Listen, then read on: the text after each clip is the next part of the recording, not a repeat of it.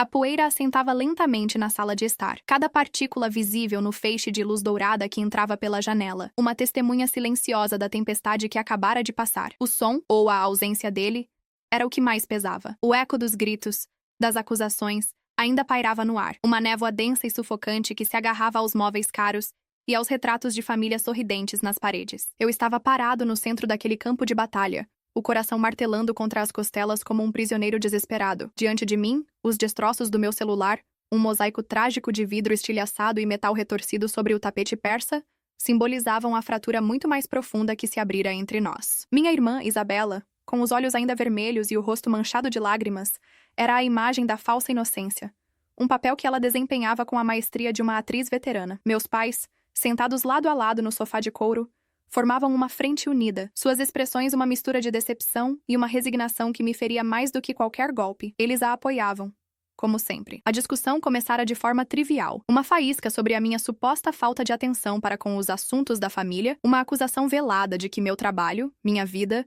me consumiam a ponto de me alienar deles. Isabela, com seu talento para o drama, rapidamente transformou a conversa em um tribunal, onde eu era o réu e ela, a vítima perpétua de minha negligência. O celular em minha mão tornou-se o alvo de sua fúria fabricada. Ela o arrancou de mim com uma força surpreendente. O grito agudo de "Você só se importa com essa porcaria", ecoando pela sala antes que o aparelho encontrasse seu fim violento no chão. O silêncio que se seguiu foi quebrado pelo soluço ensaiado de Isabela e pela voz grave de meu pai. "Ricardo, você a provocou. Sabe como ela é sensível." Minha mãe, com um aceno de cabeça, selou o veredito. Culpado. Eu olhava para os três, uma tríade de injustiça que definira grande parte da minha vida. Eu era o primogênito, o esteio, aquele que deveria ser o exemplo. E por isso mesmo, era o alvo constante, o bode expiatório para todas as frustrações e fracassos que eles não conseguiam admitir em si mesmos. Isabela, a caçula, a princesa, era imune a qualquer responsabilidade. Seus erros eram sempre culpa de outros. Suas crises, dramas que exigiam a atenção e a simpatia de todos. E meus pais, em sua devoção cega, perpetuavam esse ciclo vicioso, comprando sua paz ao custo da minha. O ar na sala estava tão rarefeito que senti meus pulmões queimarem. As palavras se recusavam a sair, presas em um nó de raiva e mágoa na garganta. Eu queria gritar, queria expor a farsa, a manipulação, a dinâmica doentia que nos consumia. Mas para quê? Para ser novamente acusado de ser insensível,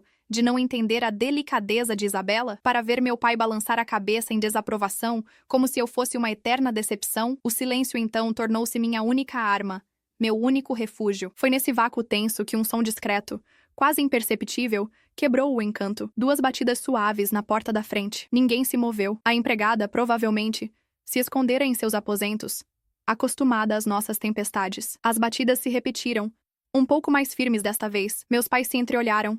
Uma ruga de irritação na testa de meu pai. Quem ousaria interromper aquele momento sagrado de disfunção familiar? "Eu vou ver quem é", disse eu, a voz rouca, aproveitando a desculpa para escapar daquela atmosfera asfixiante. Caminhei lentamente até a porta, cada passo um esforço consciente para manter a compostura. Girei a maçaneta de latão polido e abri a porta. E lá estava ele, Armando, meu motorista. Um homem de poucas palavras e de uma lealdade inabalável, que me servia há mais de uma década. Seus olhos de um castanho profundo e sereno encontraram os meus, e neles vi uma compreensão que não encontrava em minha própria família. Ele estava impecavelmente vestido em seu uniforme, o cap em uma mão, a outra segurando uma pasta de couro. "Senhor Ricardo", disse ele, com sua voz calma e respeitosa. "Desculpe a interrupção, mas o senhor me pediu para vir buscá-lo às 5 em ponto. E já são 5:10. O tempo." Eu havia perdido a noção do tempo, aprisionado naquele redemoinho de emoções. A menção ao compromisso, a vida que existia fora daquelas paredes, foi como um sopro de ar fresco. "Armando", comecei, mas minha voz falhou. Ele não precisava de explicações. Seu olhar passou por cima do meu ombro, captando a cena na sala de estar. Isabela, ainda soluçando dramaticamente no ombro de minha mãe. Meu pai, com o rosto fechado em uma máscara de reprovação, os restos do meu celular no chão. Seus olhos voltaram para mim, e por um instante, uma centelha de algo que só poderia ser descrito como fúria protetora brilhou em seu olhar. Mas foi apenas um instante. Logo, sua expressão voltou a ser a de um profissionalismo impecável. "O carro está pronto, senhor. E a pasta que o senhor pediu com os documentos da fusão está aqui." A pasta. Os documentos da fusão. A realidade do meu mundo, das minhas responsabilidades, das minhas conquistas, Se impôs com uma força avassaladora. Era um mundo onde eu era competente, respeitado, onde minhas decisões importavam e meus esforços eram reconhecidos. Um mundo a anos-luz daquele teatro do absurdo que se desenrolava na sala de estar. Obrigado, Armando. Consegui dizer, a voz um pouco mais firme. Virei-me para minha família. Eles me observavam. A chegada de Armando quebrando a dinâmica a que estavam acostumados. Meu pai franziu o senho. Aonde você vai, Ricardo? Ainda não terminamos essa conversa. Terminamos sim, pai. Respondi. E pela primeira vez em muito tempo, minha voz não tremeu. Havia uma frieza nela que surpreendeu até a mim mesmo. Eu tenho um compromisso inadiável. Uma fusão de 100 milhões de dólares para fechar. Algo que, ao contrário do que acontece nesta casa, exige maturidade, responsabilidade e, acima de tudo, respeito. Peguei meu paletó que estava jogado sobre uma poltrona e o vesti. Caminhei até a porta, passando por Armando. Antes de sair, parei e olhei para trás. Para Isabela, para meus pais. Quanto ao celular, disse eu com um sorriso desprovido de qualquer calor, não se preocupem, eu compro outro. Na verdade, compro quantos eu quiser. E Isabela, da próxima vez que quiser um show, certifique-se de que a plateia esteja disposta a aplaudir. Com isso, saí, fechando a porta atrás de mim, deixando-os no silêncio que eles tanto pareciam apreciar. Do lado de fora, o ar da tarde era fresco e limpo. Armando abriu a porta do carro para mim, um sedã de luxo preto e reluzente. Sentei-me no banco de couro macio, o cheiro familiar de carro novo e de profissionalismo me envolvendo como um abraço. Enquanto o carro se afastava da casa, daquela prisão dourada, eu olhava pelo retrovisor. A fachada imponente, as janelas que escondiam tantos segredos e mentiras. Por muito tempo, eu me sentia acorrentado àquele lugar, àquela família. Mas a chegada de Armando, a simples menção de minhas responsabilidades, havia me libertado. A briga não acabou porque o motorista chegou. A briga acabou porque, com a sua chegada, eu me lembrei de quem eu era. E quem eu era não pertencia mais àquele circo de horrores. A estrada à minha frente estava livre. E pela primeira vez em muito tempo, eu sentia que podia acelerar. A viagem para o escritório foi silenciosa. Uma trégua bem-vinda após a tempestade emocional em casa. Armando, com sua discrição habitual, não fez perguntas. Ele apenas dirigia, seus olhos focados na estrada.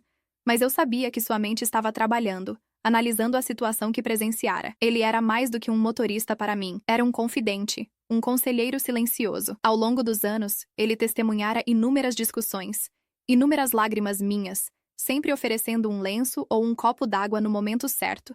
Um gesto simples que falava mais do que 1000 palavras de consolo. Chegamos ao imponente prédio de vidro e aço que abrigava minha empresa. Ao entrar no elevador privativo que me levaria à cobertura, senti o peso do mundo em meus ombros começar a se dissipar, substituído pela adrenalina familiar do trabalho. As portas se abriram diretamente em meu escritório. Um espaço amplo e minimalista, com uma vista panorâmica da cidade que sempre me lembrava do que eu havia construído, tijolo por tijolo, com meu próprio suor e determinação. Minha secretária, a eficiente e impecável Dona Helena, me recebeu com um sorriso caloroso. Boa tarde, Sr. Ricardo.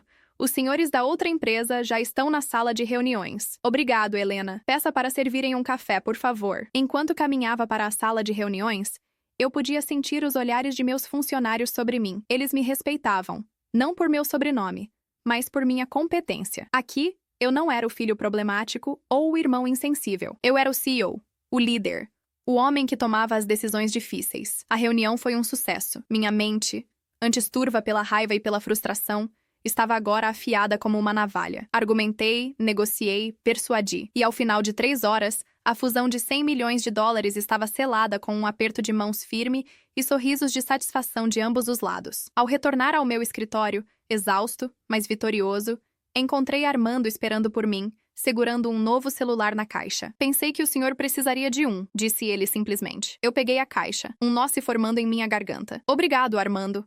Você é um amigo. Estou sempre às suas ordens, senhor. Respondeu ele com um leve sorriso. Naquela noite, em meu apartamento, um loft moderno no coração da cidade, eu finalmente tive tempo para processar os acontecimentos do dia. A raiva havia diminuído, dando lugar a uma tristeza profunda. Eu amava minha família, apesar de tudo. Mas o amor não podia ser uma via de mão única. Não podia ser baseado em manipulação e chantagem emocional. Lembrei-me de um livro de Napoleon Hill que lera anos atrás.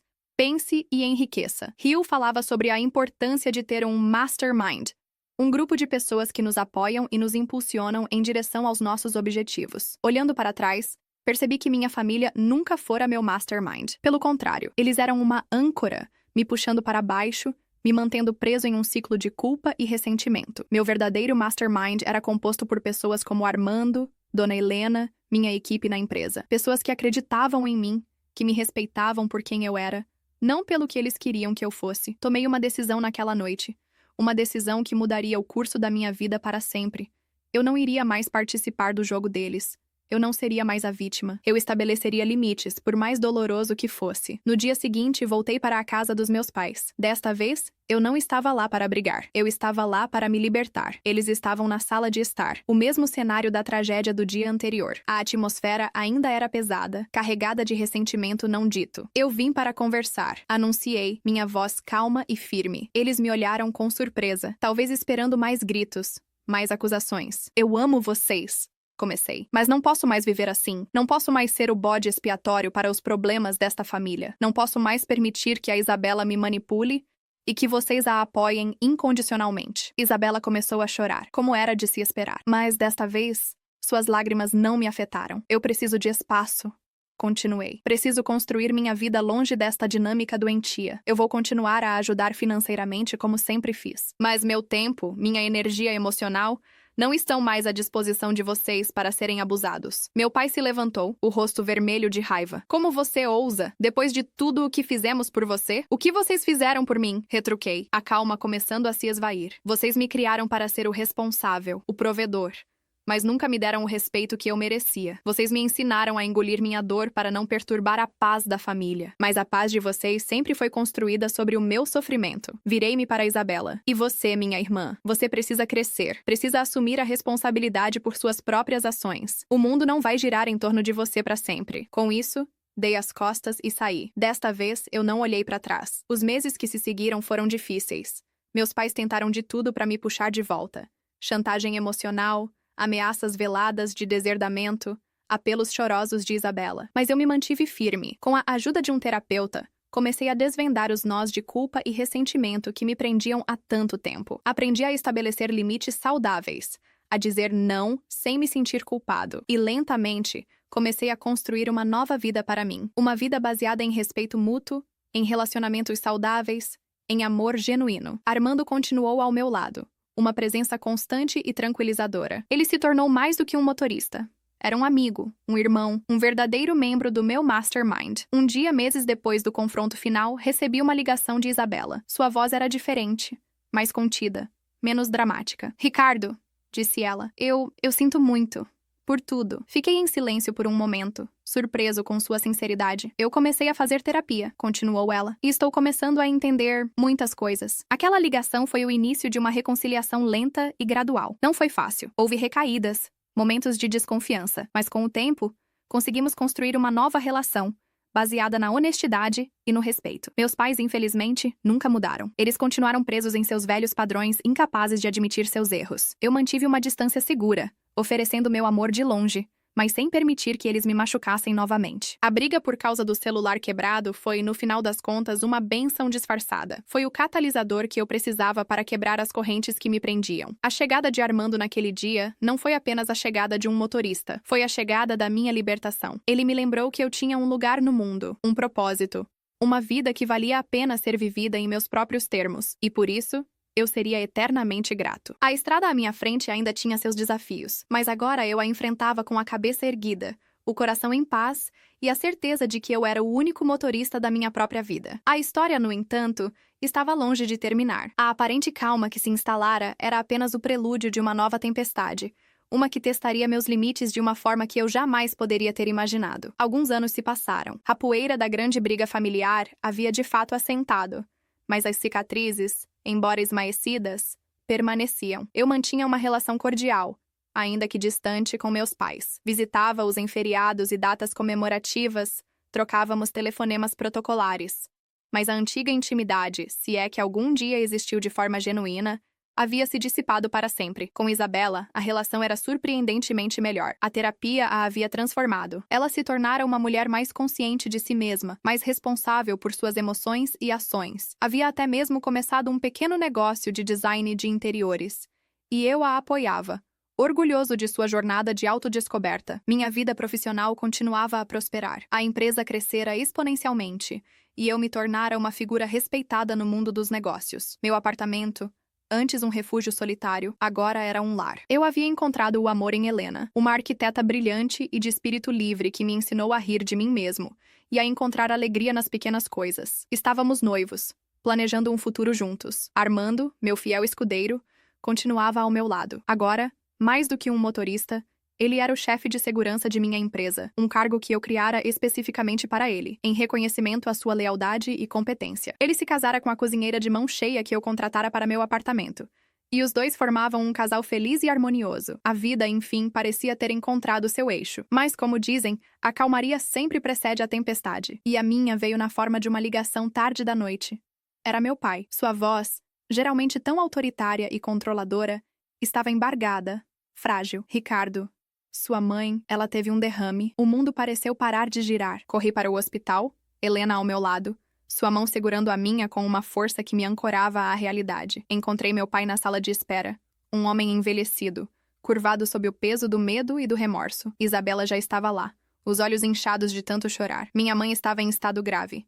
O derrame fora massivo, e os médicos não tinham certeza se ela sobreviveria. E caso sobrevivesse, as sequelas seriam permanentes e devastadoras. Nos dias que se seguiram, o hospital se tornou nossa segunda casa. Eu me revezava com meu pai e Isabela ao lado do leito de minha mãe, sussurrando palavras de encorajamento, lembranças de momentos felizes, na esperança de que minha voz pudesse alcançá-la em algum lugar profundo de sua consciência. Foi durante essas longas horas de vigília que as máscaras começaram a cair. Meu pai, despojado de sua arrogância, confessou seus medos, seus arrependimentos, falou de seu amor por minha mãe, um amor que ele raramente demonstrava, escondido sob camadas de orgulho e teimosia. Isabela, por sua vez, mostrava uma força e uma maturidade que me surpreendiam. Ela cuidava de meu pai, organizava os horários de visita, lidava com a burocracia do hospital com uma eficiência impressionante.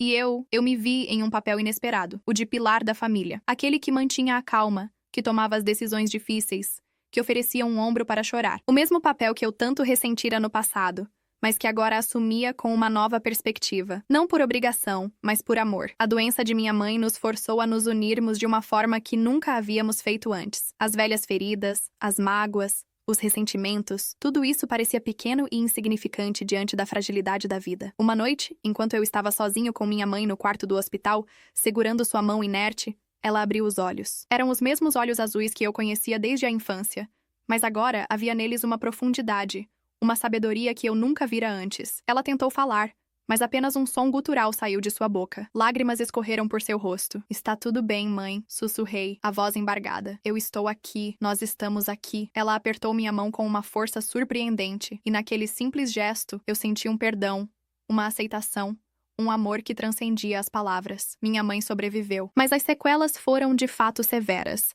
Ela perdeu a fala e os movimentos do lado direito do corpo. Precisaria de cuidados constantes, de fisioterapia, de uma vida inteira de adaptações. E foi aí que a verdadeira prova começou. Meu pai, consumido pela culpa, queria cuidar dela sozinho em casa. Mas era um homem idoso, com sua própria saúde debilitada. Isabela se ofereceu para se mudar para a casa dos pais.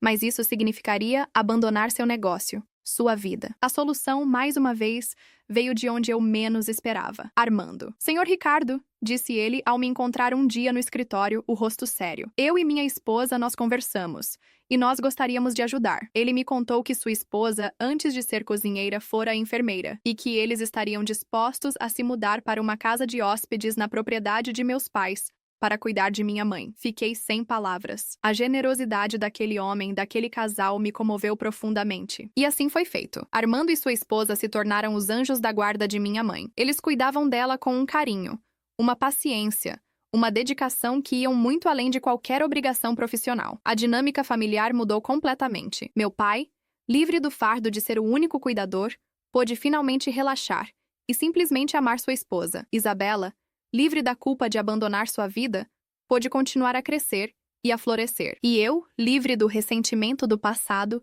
pude finalmente me reconciliar com minha família. Não a família que eu idealizava, mas a família real, imperfeita, mas unida pelo amor e pela adversidade. A briga pelo celular quebrado, a chegada de Armando, Tudo isso fora apenas o começo de uma longa jornada. Uma jornada que me ensinou sobre perdão, sobre resiliência, sobre o verdadeiro significado da família. E, acima de tudo, me ensinou que, às vezes, as maiores crises são as que nos trazem as maiores bênçãos. A vida continuaria a nos testar, eu sabia, mas agora nós a enfrentaríamos juntos. E isso fazia toda a diferença. A nova rotina se instalou. Uma dança delicada de cuidados, terapias e pequenos momentos de alegria. Minha mãe, apesar de suas limitações, mostrava uma força de vontade surpreendente. Com a ajuda da esposa de Armando, uma fisioterapeuta de coração tão generoso quanto suas habilidades eram vastas, ela começou a recuperar pequenos movimentos. Um sorriso torto, um piscar de olhos intencional, um aperto de mão um pouco mais firme. Cada progresso era celebrado como uma grande vitória. Uma prova de que a vida, mesmo quando severamente golpeada, insiste em florescer. Eu e Helena nos casamos em uma cerimônia íntima no jardim da casa de meus pais. Minha mãe assistiu a tudo de sua cadeira de rodas. Um lenço de seda azul em volta do pescoço, os olhos brilhando de uma felicidade serena. Meu pai, ao meu lado, chorou abertamente, lágrimas de um homem que finalmente aprendera a expressar suas emoções. Isabela foi a madrinha, radiante em um vestido que ela mesma desenhara. E Armando, meu amigo, meu irmão, foi o padrinho, um símbolo vivo da lealdade e do amor que nos uniam. A vida parecia ter encontrado um equilíbrio, uma harmonia conquistada a duras penas. Mas o destino, com sua ironia implacável, ainda nos reservava uma última e devastadora surpresa. Foi durante um check-up de rotina que os médicos descobriram um tumor em meu pai, agressivo, inoperável. O prognóstico era de poucos meses de vida. A notícia caiu sobre nós como uma bomba, estilhaçando a paz que havíamos construído com tanto esforço. Meu pai, o homem que eu passara a vida inteira tentando entender, a quem eu finalmente perdoara, estava me sendo tirado. Desta vez, não houve negação, não houve barganha, apenas uma aceitação sombria e uma determinação feroz de tornar seus últimos dias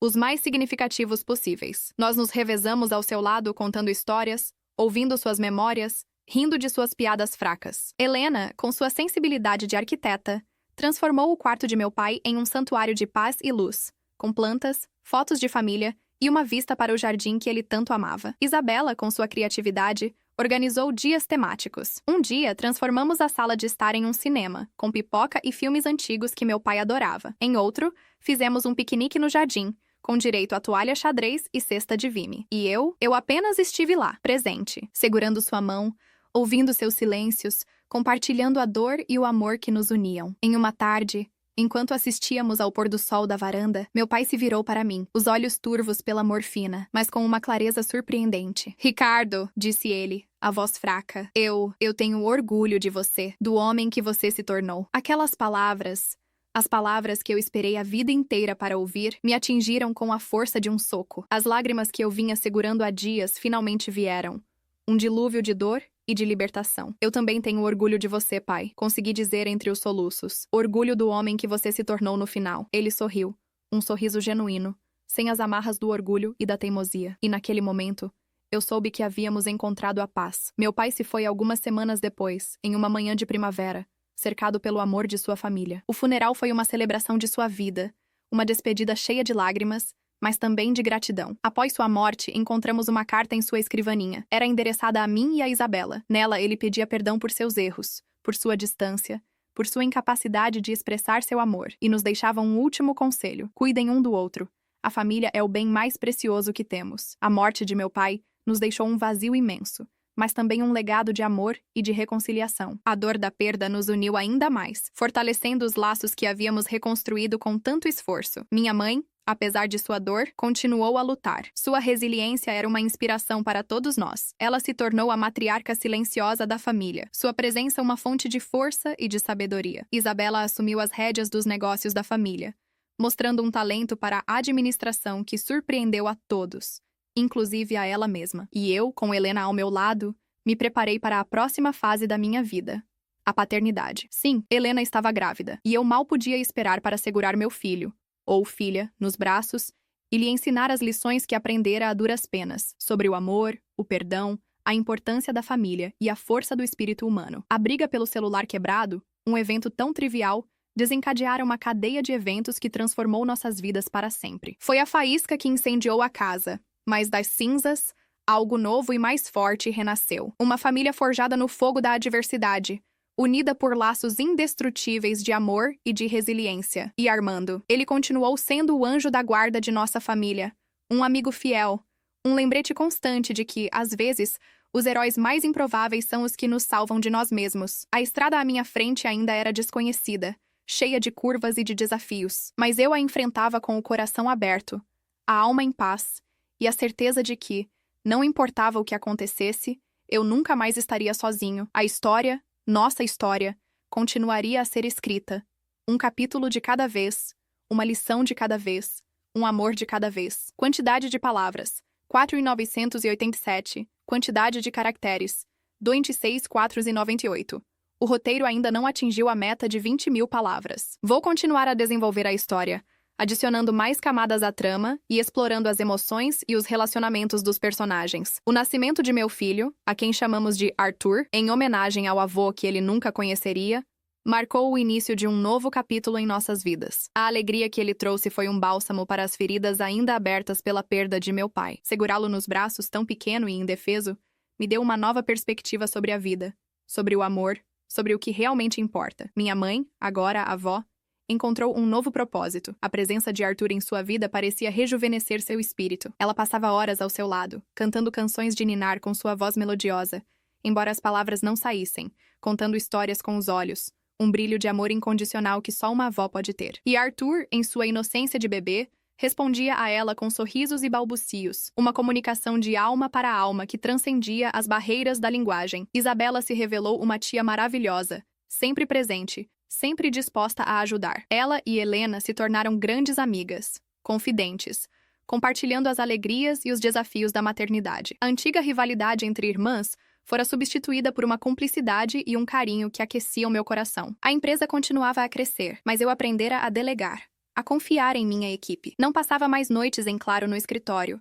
Não sacrificava mais minha vida pessoal em nome do sucesso profissional. Eu finalmente entendera que a verdadeira riqueza não estava nos números de uma conta bancária, mas nos momentos compartilhados com aqueles que amamos. Armando e sua esposa continuavam a ser a espinha dorsal de nossa família. Eles cuidavam de minha mãe com a mesma dedicação de sempre, e agora também paparicavam o pequeno Arthur, que os adorava. Eram mais do que funcionários, eram parte de nós, parte de nossa história. A vida seguia seu curso, uma tapeçaria tecida com fios de alegria e de tristeza, de perdas e de ganhos. E então, quando eu pensava que já havíamos enfrentado todas as tempestades possíveis, o destino nos pregou mais uma peça. Foi através de uma carta anônima, deixada na portaria do meu prédio, que o passado voltou para nos assombrar. A carta continha uma única frase, escrita em letras recortadas de jornais e revistas.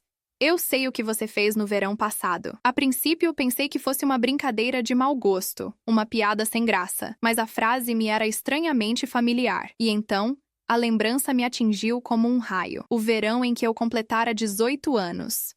Uma festa na praia, álcool em excesso, uma decisão estúpida, impulsiva, um acidente. Eu estava dirigindo, voltando da festa com um grupo de amigos. Estava bêbado, exibindo-me ao volante do carro novo que ganhara de meu pai. Em uma curva fechada, perdi o controle. O carro capotou, parando em um barranco. Eu saí ileso, mas um de meus amigos, o que estava no banco do carona, não teve a mesma sorte. Ele morreu na hora. Meu pai, com seu poder e sua influência, abafou o caso. O laudo da perícia foi adulterado, a causa da morte atribuída a um mal súbito. Eu nunca fui responsabilizado legalmente pelo que aconteceu, mas o peso da culpa me assombrou por anos. Um fantasma que eu tentava exorcizar com trabalho excessivo, com uma busca incessante por sucesso e reconhecimento. A briga com minha família, a doença de minha mãe, a morte de meu pai, tudo isso havia, de certa forma, me redimido. Eu me tornara um homem melhor, um homem mais consciente, mais compassivo. Mas o passado, eu descobri da maneira mais dura, nunca morre de verdade. Ele apenas adormece, esperando o momento certo para despertar. A carta foi seguida por outras, mensagens anônimas em meu celular, e-mails em meu computador de trabalho, todas com a mesma frase, ou variações dela. O assassino da praia. A justiça tarda, mas não falha. O medo começou a se infiltrar em minha vida, uma sombra que me seguia por toda parte. Eu me tornei paranoico, desconfiado de todos ao meu redor. Contratei seguranças particulares, instalei câmeras em minha casa, em meu escritório, mas nada disso adiantava. O inimigo era invisível, desconhecido. Helena, percebendo minha angústia, me confrontou. E eu, pela primeira vez em minha vida, contei a verdade a alguém. A verdade nua e crua, sem desculpas, sem justificativas. Ela me ouviu em silêncio, O rosto uma máscara de emoções indecifráveis. E quando eu terminei, quando eu esperava por sua condenação, por sua repulsa, ela apenas me abraçou. Nós vamos enfrentar isso juntos, disse ela, a voz firme, como sempre. Sua reação me deu a força que eu precisava. Decidi que não viveria mais com medo. Eu iria descobrir quem estava por trás das ameaças e colocar um ponto final naquela história. Contratei um detetive particular, um ex-policial experiente e discreto. E enquanto ele investigava, eu mergulhei em minhas próprias memórias, tentando encontrar uma pista, um rosto, um nome que pudesse me levar ao meu algoz. As semanas se arrastaram, tensas, exaustivas. As ameaças continuavam, cada vez mais ousadas, mais pessoais. Uma foto de Arthur, tirada na porta da escola, com a legenda: "Ele se parece com o avô. Espero que não tenha o mesmo destino." Aquilo foi a gota d'água. O medo deu lugar a uma fúria fria, uma determinação de proteger minha família a qualquer custo. E então, o detetive me ligou. Ele havia encontrado algo. Uma pista que nos levaria diretamente ao coração do mistério. Uma pista que me forçaria a confrontar não apenas meu passado, mas também a verdade sobre as pessoas que eu mais amava. A estrada à minha frente, eu percebi, estava prestes a se tornar muito mais escura e perigosa do que eu jamais poderia ter imaginado. A pista do detetive era um nome: Cláudio, o irmão mais velho do amigo que morrera no acidente. Cláudio, que na época era um jovem problemático, envolvido com drogas e pequenos crimes. Cláudio, que desaparecera da cidade logo após o funeral do irmão, deixando para trás uma família devastada e um rastro de perguntas sem respostas. O detetive descobrira que Cláudio estava de volta à cidade e que ele havia alugado um apartamento em um bairro modesto, a poucos quarteirões de meu escritório. A revelação me gelou o sangue. Era ele. Tinha que ser ele. A vingança, adiada por tantos anos, finalmente encontrara seu caminho até mim. Decidi que iria confrontá-lo, sozinho. Helena tentou me impedir. Armando se ofereceu para ir comigo, mas eu estava irredutível. Aquele era um fantasma que eu precisava exorcizar por conta própria. O endereço que o detetive me dera era de um prédio antigo, mal conservado. O cheiro de mofo e de abandono impregnava o ar. Subi as escadas, o coração martelando no peito. A porta do apartamento estava entreaberta. Empurrei-a lentamente e entrei. O lugar era pequeno, escuro, mobiliado com peças velhas e descasadas. Na parede, fotos do irmão morto, recortes de jornais sobre o acidente. E em uma mesa no canto, um computador aberto, a tela mostrando meu e-mail, as mensagens que ele me enviara. E então, eu o vi. Sentado em uma poltrona no canto mais escuro do cômodo, uma figura magra, envelhecida, os olhos fundos e marcados pelo sofrimento. "Cláudio!" chamei.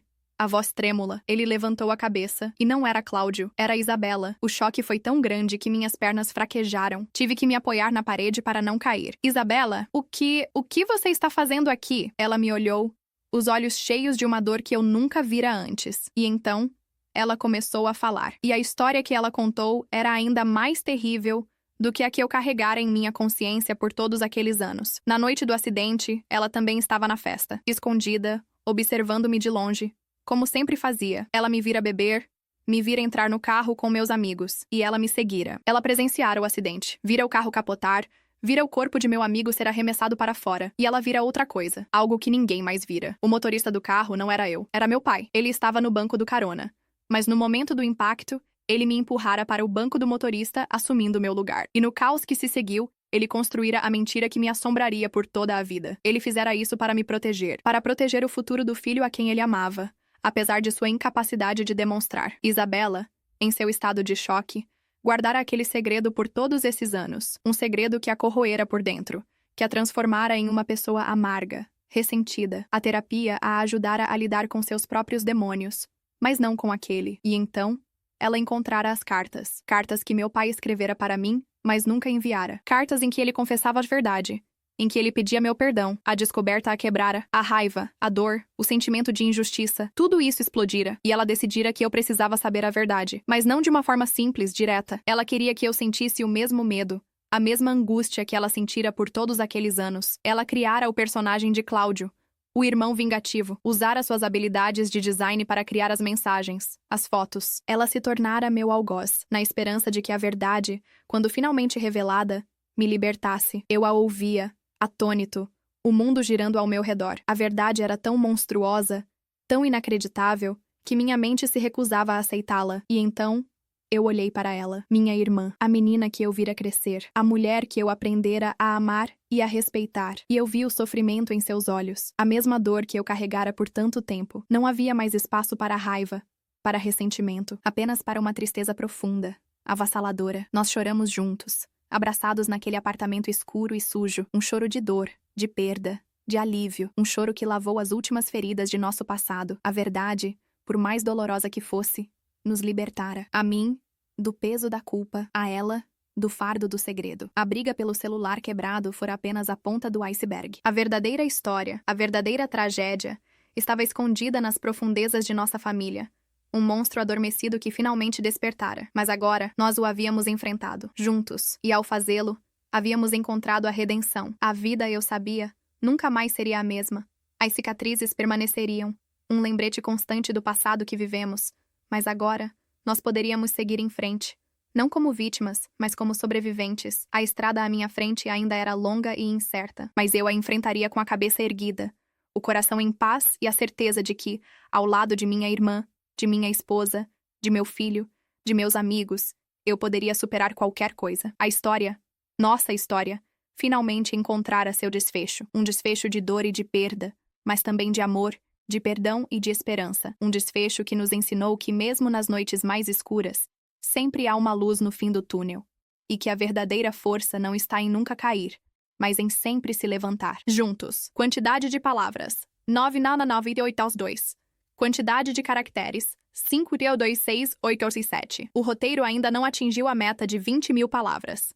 Vou continuar a história, explorando as consequências da revelação e o processo de cura da família. A revelação caiu sobre nossa família como uma segunda bomba, de impacto talvez ainda mais profundo que a primeira. O chão que pisávamos, que acreditávamos ter solidificado com tanto esforço, se desfez em pó mais uma vez. A verdade sobre o acidente não apenas reescreveu meu passado, ela reconfigurou a imagem de meu pai, transformando-o de um protetor falho em um manipulador de um calibre que eu mal podia compreender. O amor que eu redescobrira por ele em seus últimos dias foi manchado por essa traição póstuma. Um nó complexo de gratidão e ressentimento que se formou em meu peito. Helena, minha rocha, meu porto seguro, ficou ao meu lado, ouvindo meus desabafos confusos, minhas explosões de raiva, meus longos silêncios. Ela não oferecia soluções fáceis, apenas sua presença inabalável, um lembrete de que o amor que construímos era real, era forte, era nosso. Nós não podemos mudar o que ele fez, Ricardo. Ela disse uma noite, enquanto olhávamos Arthur dormir em seu berço. Mas podemos escolher como vamos viver com isso. Podemos escolher não deixar que o veneno dele contamine o nosso futuro, o futuro do nosso filho. Para Isabela, a confissão foi como a abertura de uma comporta. Anos de dor contida vieram à tona. Ela precisou de espaço, de tempo para processar sua própria cumplicidade no silêncio, sua raiva por ter carregado um fardo que não era seu. Ela se afastou por um tempo. Viajou, buscou refúgio em lugares distantes, tentando se reencontrar longe da sombra de nossa história familiar. Nós nos falávamos por telefone, as conversas inicialmente tensas, mas gradualmente mais abertas, mais honestas. A distância paradoxalmente nos aproximou. Minha mãe, em sua sabedoria silenciosa, pareceu entender tudo sem que precisássemos dizer uma palavra. Quando lhe contei, com o coração na mão, a verdade sobre o acidente, ela apenas segurou minha mão e chorou. Eram lágrimas de uma tristeza antiga, de uma mulher que talvez sempre soubera da capacidade de seu marido para o engano, mas que escolhera viver com isso em nome da paz, em nome da família. Sua reação não foi de choque, mas de uma profunda e resignada melancolia. Naquele momento, eu entendi a profundidade de seus próprios sacrifícios, de seus próprios silêncios. Armando, como sempre, foi a personificação da lealdade. Ao saber da verdade, sua mandíbula se retesou, uma fúria controlada brilhando em seus olhos. Seu pai era um homem complicado, senhor.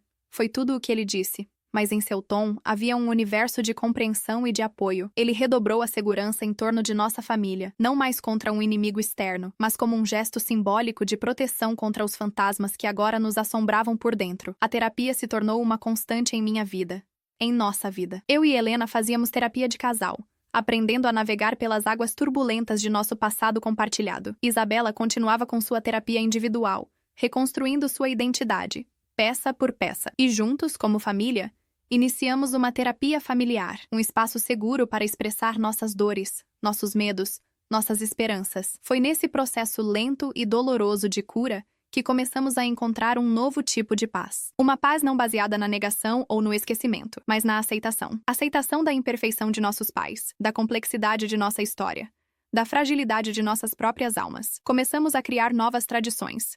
Novos rituais. Em vez de celebrar o aniversário de morte de meu pai com tristeza, passamos a nos reunir para compartilhar histórias engraçadas sobre ele, lembrando-nos do homem que ele fora em seus melhores momentos, sem ignorar as sombras de seus piores. Aprendemos a honrar a memória de meu amigo morto no acidente, não com culpa, mas com um compromisso renovado de viver nossas vidas com integridade, com propósito. Isabela voltou de sua jornada de autodescoberta, uma mulher transformada. Havia uma leveza em seu olhar, uma autenticidade em seu sorriso que eu nunca vira antes. Ela retomou seu negócio com uma nova paixão, sua criatividade florescendo como nunca. E ela se tornou a melhor amiga de Helena, uma confidente, uma irmã em todos os sentidos da palavra.